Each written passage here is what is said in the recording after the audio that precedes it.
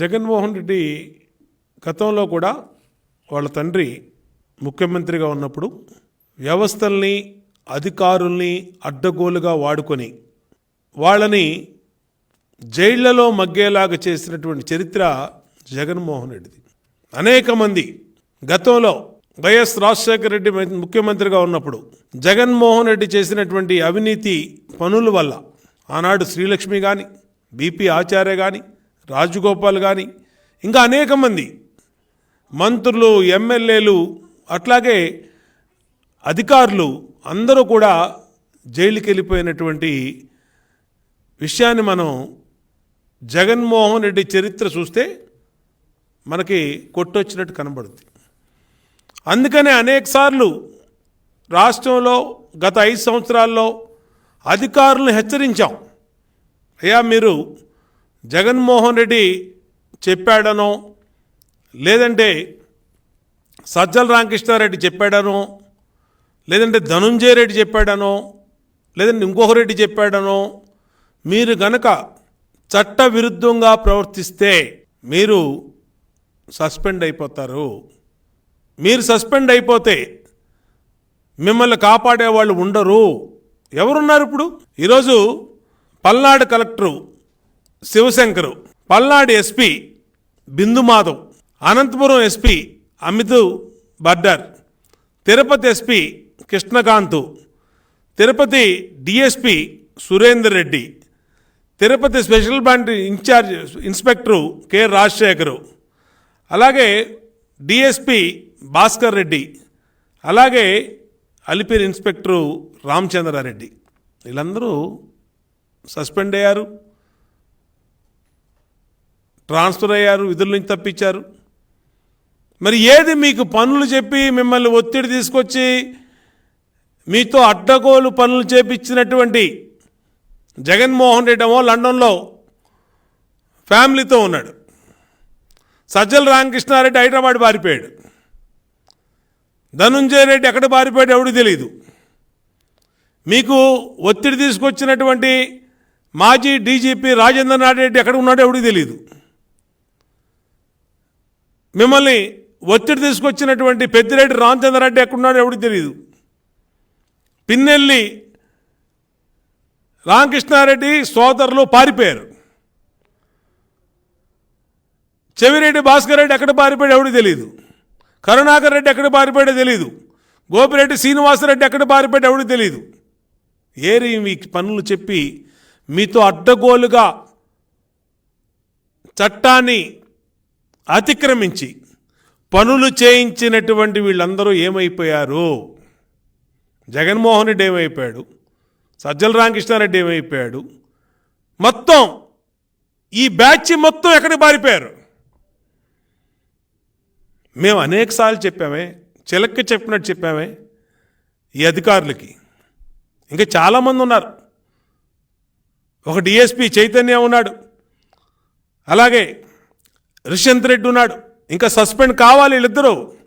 చాలా అరాచకం చేసిన వాళ్ళల్లో రిషంత్ రెడ్డి, అలాగే తాడిపత్రి ఎక్స్ డీజీపీ చైతన్య. నేను అడుగుతా ఉన్నా, పిన్నెల్లి రామకృష్ణారెడ్డి మాటిని సస్పెండ్ అయినటువంటి గురజాల డిఎస్పీ పల్లవరాజు, నరసరావుపేట డిఎస్పీ వర్మ,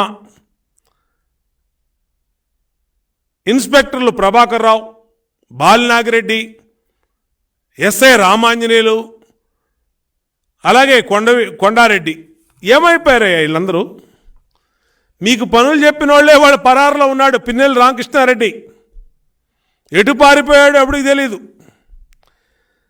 అనంతపురంలో తాడిపత్రి డిఎస్పీ గంగయ్య, తాడిపత్రి ఇన్స్పెక్టర్ మురళీకృష్ణ, వీళ్ళు సస్పెండ్ అయ్యారు. మేము చెప్పాం, 100 సార్లు చెప్పాను. నేనే అనేక ప్రెస్ మీట్లు పెట్టి చెప్పాను, మీరు చట్టాన్ని అతిక్రమించొద్దు. ఇదంతా 4 రోజుల భాగవతమే, తాడేపల్లి భాగవతం. 2024 జూన్ 13, మే 13 తర్వాత వీళ్ళెవరికి భూతత్వం వేసినా దొరకరు అని అంటే పోస్టింగ్లు ఇప్పించారని, పోస్టింగులు చేపించినందుకు కృతజ్ఞతగా వల్లు పైన తెలియకుండా దుష్యంత్ రెడ్డి, చైతన్య గారి వీళ్ళందరూ చట్టాన్ని చేతుల్లో తీసుకొని ఇంకేదో జగన్మోహన్ రెడ్డి శాశ్వతం అనుకున్నట్టుగా ఈ రాష్ట్రానికి శాశ్వత ముఖ్యమంత్రి, శాశ్వత ప్రభుత్వం వైసీపీ అన్నట్టుగా అధికారులు వల్లు కళ్ళు పైన తెలియకుండా పనిచేసినందుకు ఈరోజు అనుభవిస్తూ ఉన్నారు. ఈ అనుభవం గుణపాఠం కావాలి మిగిలినటువంటి అధికారులకి. ఇవాళ ఏమైపోయిందండి, పోలీస్ అధికారుల సంఘం మీకు వీళ్ళందరూ సస్పెన్షన్ కనబడతలేదా? వెళ్ళి తాడేపల్లి ఇంటి ముందు పోలీస్ అధికారుల సంఘం కూర్చొని మీ ఆదేశాల వల్ల మా అధికారులు, మా ఐపీఎస్లు, మా డిఎస్పీలు, మా సిఐలు సస్పెండ్ అయ్యారని పోలీస్ అధికారుల సంఘం ఎందుకు నోరు మెదపట్లా? ఎందుకు మెదపట్లా? మీ వాళ్ళని సస్పెండ్ చేస్తే ఎందుకు మీరు నోరెత్తకుండా కూర్చున్నారు? మీకు తెలీదా ఎవరి ఒత్తిడి వల్ల వాళ్ళు పనిచేశారు, ఎవరి ఒత్తిడితో పనిచేశారు, ఎవరి ఒత్తిడి వల్ల వాళ్ళ జీవితాలు నాశనం అయిపోయినాయి అనేది మీకు తెలీదా? నిమ్మకు నీరెత్తినట్టు తేలు కుట్టిన దొంగల్లాగా ఇవాళ ఎవడు మాట్లాడకపోవడానికి కారణం ఏంటని అడుగుతా ఉన్నా పోలీస్ అధికారుల సంఘాన్ని. నేను అందుకనే డిమాండ్ చేస్తూ ఉన్నా కొత్త డీజీపీ గారిని. సిట్ నివేదిక ఇచ్చింది, ఏముందా నివేదికలో? సిట్ నివేదికని బహిరంగంగా మీరు ప్రెస్ మీట్ పెట్టి చెప్పండి. ఏదో 1500 మీద కేసులు పెట్టాం, 1000 మంది మీద కేసులు పెట్టాం. ఎవరి మీద పెట్టారు కేసులు?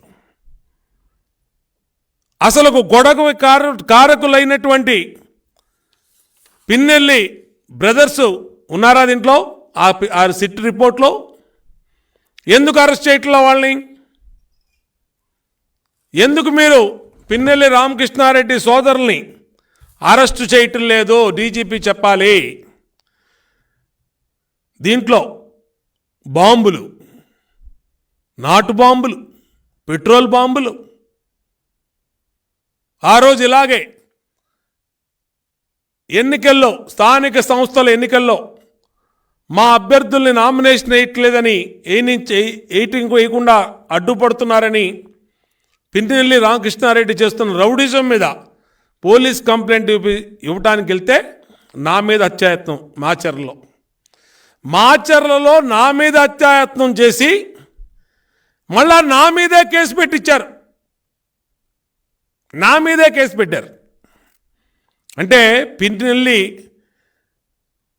అధికార దుర్వినియోగం ఏ విధంగా జరిగిందో నా కేసులోనే ఉదాహరణ.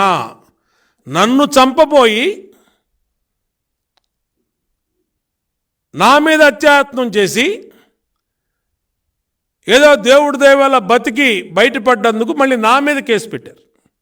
అంటే కేసు కోసం మళ్ళా కోర్టుకు వస్తే ఈసారైనా చంపాలని పిన్నెల్లి రామకృష్ణారెడ్డి వాళ్ళ బ్రదర్సు, ఆ దొంగల ముఠా ప్రయత్నం.